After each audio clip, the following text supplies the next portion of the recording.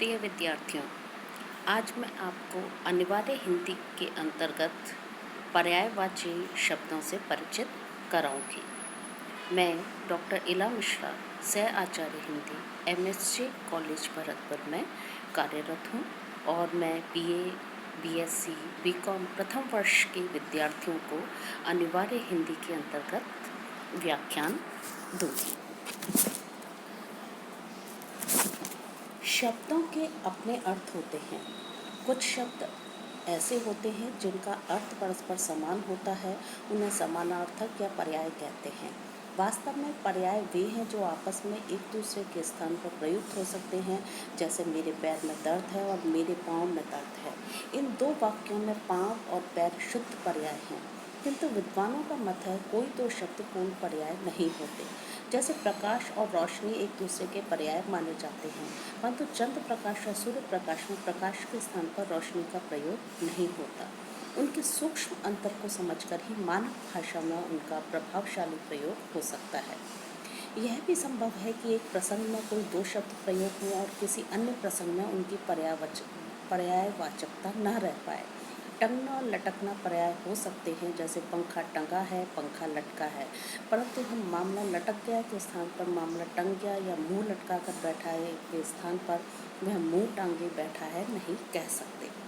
कुछ शब्दों का सांस्कृतिक वातावरण इतना रूढ़ हो जाता है कि उनके स्थान पर समानार्थक शब्द काम नहीं करते, जैसे सलाम और नमस्कार, नमाज और पूजा, भोज और दावत, निकाह और विवाह, ईद और पर्व।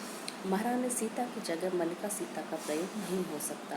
हम हिंदू नरेश के लिए राजा और मुस्लिम नरेश के लिए बादशाह शब्द का प्रयोग करते हैं, जबकि राजा और बादशाह एक दूसरे के पर्याय करते हैं।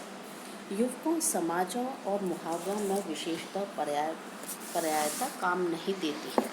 माँ बाप या माता पिता रूढ़ युग में है, वे टूट कर माता पिता या माता बाप नहीं होंगे। पिताश्री के स्थान पर बाप जी, माथा टनकने के स्थान पर मस्तक ठनकना, आँख आना के स्थान पर नयन आना, आँखें दो चार होना के स्थान पर नेत्र दो चार होना नहीं चलेगा।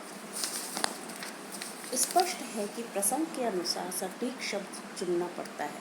किसी रचना में एक ही शब्द बार बार दोहराया जाए तो पाठक और श्रोता में अरुचि और ऊब पैदा होती है, भाषा भद्दी लगती है। यही कारण है कि अनेक प्रकार के शब्दों अर्थात पर्यायों के प्रयोग से लेखन या वक्ता का पांडित्य भी सूचित हो जाता है और रचना कौशल भी।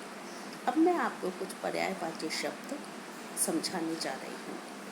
जैसे अंकुर के लिए अंकुआ, कौपल, कलिका, नोक, गाब, डाब, कल्ला आदि का प्रयोग होता है। अंगूर, द्राक्षा, दाख, किशमिश और मुनक्का। अंधकार, अंधेरा, अंधियारा, तिमिर, तम, तमस, तामस। अंबर, आकाश, आसमान, द्यू, गगन, व्योम, नभ, अभ्र। अली, भ्रमर, मधुप, मधुकर, षटपथ, भौरा, मिलिंद। अश्व, तुरंग, घोटक, घोड़ा, सैंधा, हाय, वज। अमीय, सोम, सुधा, सुरभो, अमृत, अमी, पीयूष।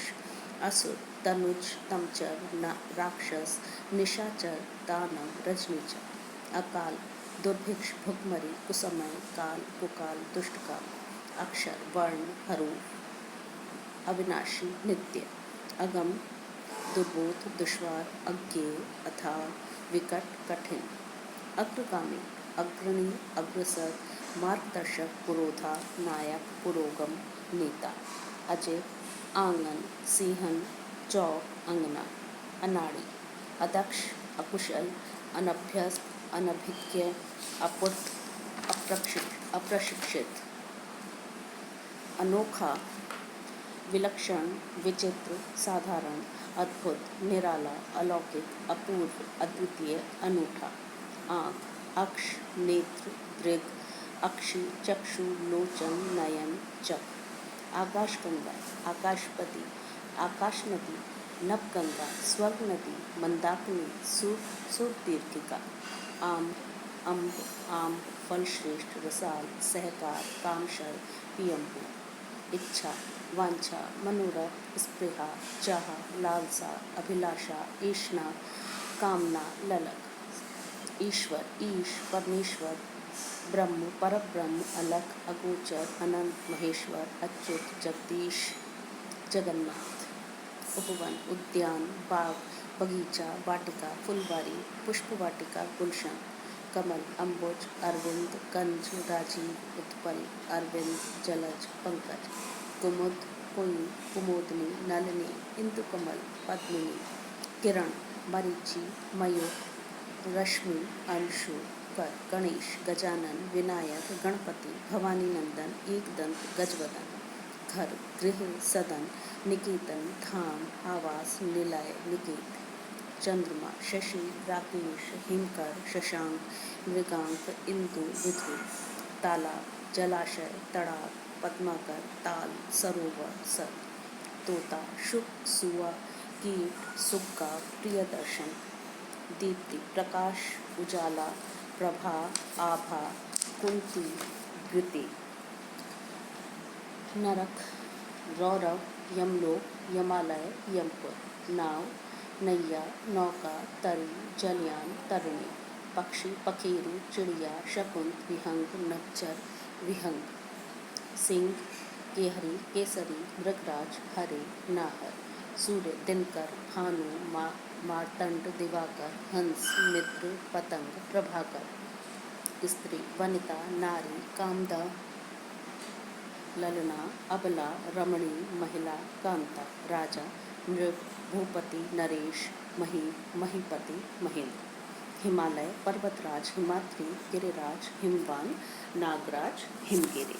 इस प्रकार ये पर्यायवाची शब्द हमारे साहित्य में और जीवन के व्यवहार में अनेक अर्थों में प्रयुक्त, अनेक रूपों में प्रयुक्त होते रहते हैं। मैं अपना व्याख्यान यही समाप्त करती हूँ।